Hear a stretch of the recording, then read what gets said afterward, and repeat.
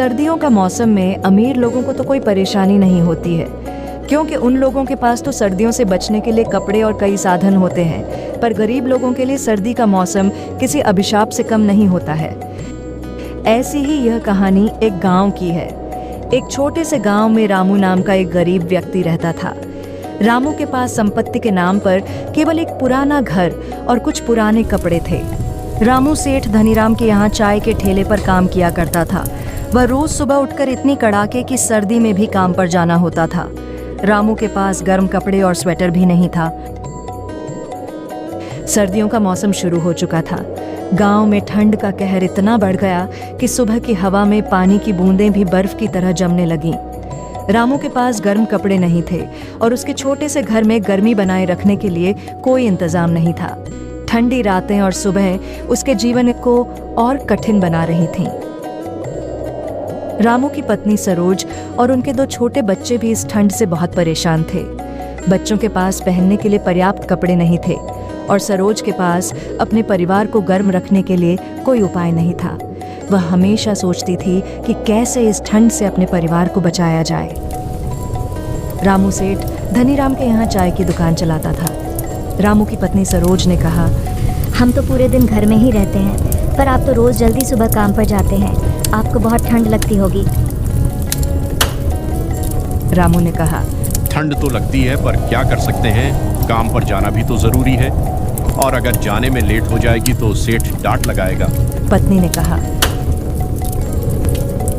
सेठ को बोल देना कि ठंड बहुत थी तो इसलिए मैं लेट हो गया। फिर रामू ने कहा, सेठ कहाँ मानते हैं ये सब बातें, बस उनको तो अपने काम से मतलब होता है। इतना कहकर रामू वहां से काम पर चला गया। रामू के दुकान पर पहुंचते ही सेठ ने कहा, जल्दी से सभी बर्तनों को साफ कर लो, ग्राहक आने वाले हैं। रामू इतनी सर्दी में भी ठंडे पानी से बर्तनों को साफ करने लगा। रामू को बहुत ठंड लग रही थी, पर वो कर भी क्या सकता था। गरीबी वो सब करवा देती है जो कभी करना नहीं चाहते हैं। उसने सभी बर्तनों को साफ कर लिया और फिर अपने ग्राहकों को चाय पिलाने लगा। एक दिन रामू के घर में खाना नहीं था। उसकी पत्नी ने कहा, ये 2 रोटियां हैं, एक आप खा लो और एक बच्चों को खिला दूंगी।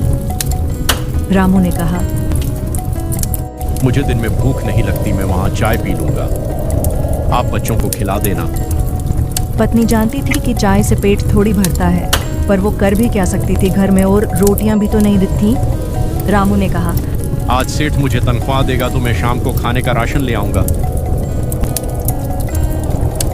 इतना कहकर रामू वहां से चला जाता है। रामू इतनी सर्दी में भी बिना कंबल और गर्म कपड़ों के काम के लिए जा रहा था। वहां पहुंचते ही सेठ ने कहा, जल्दी से मेरे लिए अच्छी सी चाय बना दो। इतना सुनते ही रामू ने चाय बनाई और सेठ को पकड़ा दिया।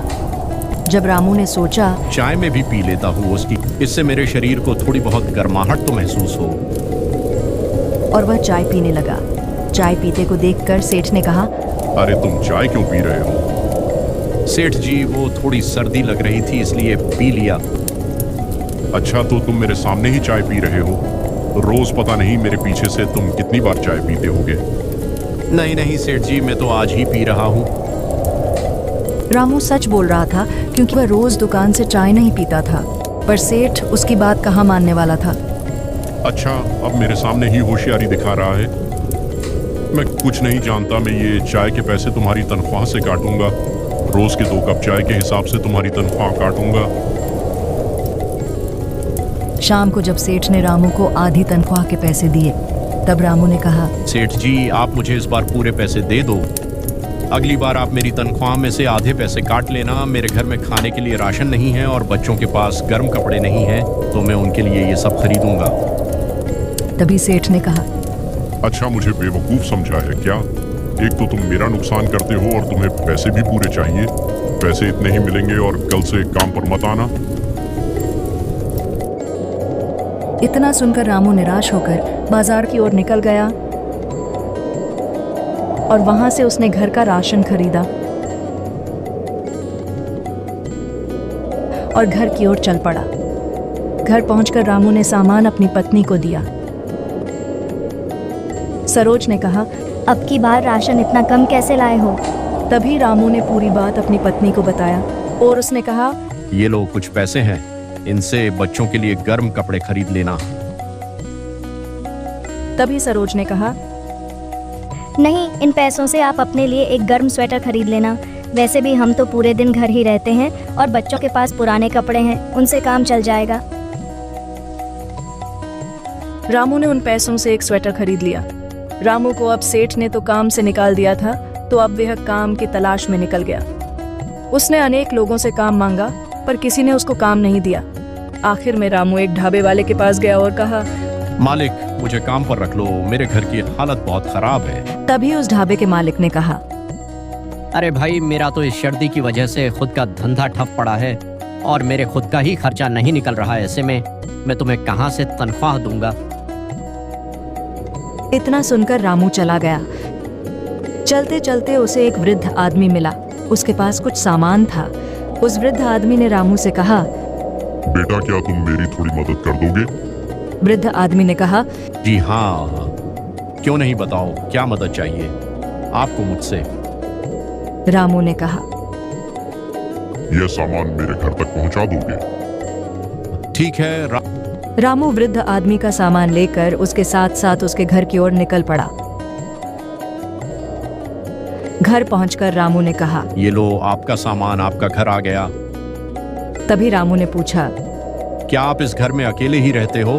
तभी वृद्ध, बेटा, अकेला ही रहता हूँ और जंगल से ये लकड़ियां लेकर आया हूँ तथा ठंड से बचने के लिए। इतना सुनकर रामू वहां से जाने ही वाला था। तभी वृद्ध आदमी ने कहा, बेटा, मेरे पास एक गाय है, इसकी अब सेवा तो मुझसे होती नहीं है, तो क्या तुम इसे अपने घर ले जाओगे? रामू ने कहा, ठीक है, ले जाऊंगा, पर आपकी गाय मैं कैसे ले जा सकता हूँ? तभी वृद्ध आदमी ने कहा, बेटा, मैं अब बूढ़ा हो गया हूँ, अब मेरे से इसके लिए चारा लाने में बहुत परेशानी होती है और अब मेरे अंदर वो हिम्मत भी नहीं है जो इतनी दूर जाकर गोपी के लिए चारा ला सकूं। बेटा, तुम इस गाय को चारा खिलाओगे तो ये बहुत दूध देगी। गाय का नाम गोपी था। इतना सुनकर रामू उस गाय को अपने घर ले गया। घर पहुंचने पर रामू ने सरोज से कहा, अरे सुनती हो, देखो आज मैं तुम्हारे लिए क्या लाया हूँ, देखो तो।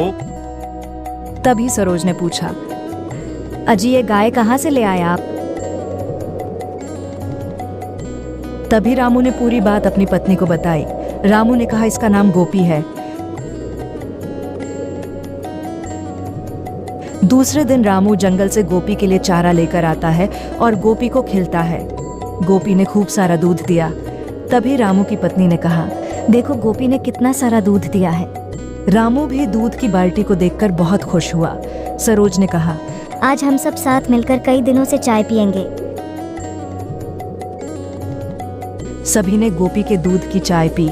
फिर एक दिन रामू की पत्नी ने कहा, हमारी गोपी इतना दूध देती है, क्यों ना आप ही चाय की दुकान खोल लो?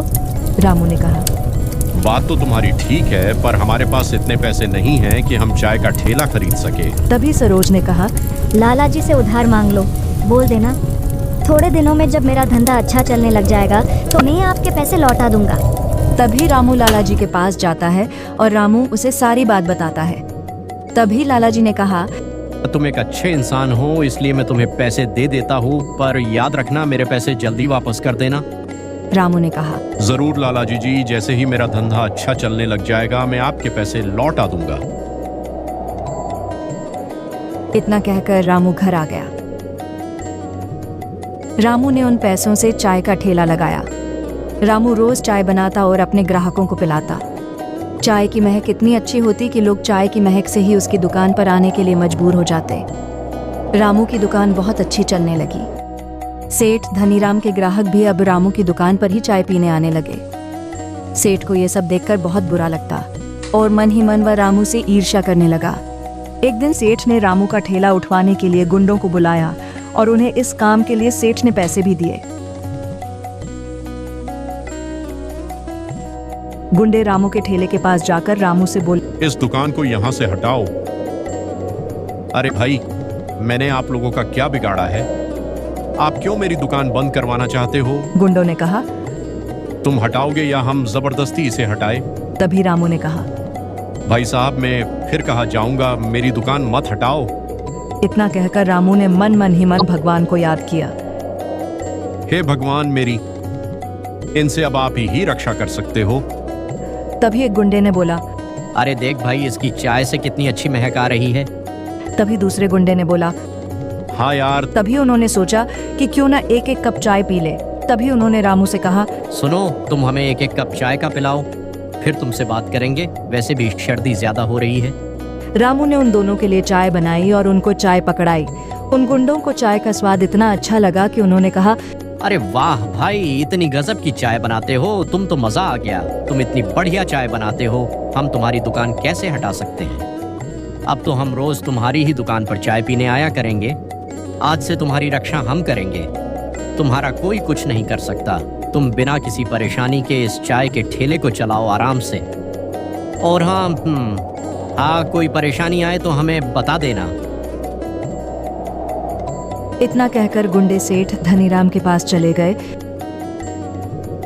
और उन्होंने सेठ से कहा, ये लो तुम्हारे पैसे। और सेठ को पीटने लग गए और कहने लगे, अगर तुमने उस दुकान की तरफ आंख भी उठाकर देखा तो ये तुम्हारे लिए अच्छा नहीं होगा।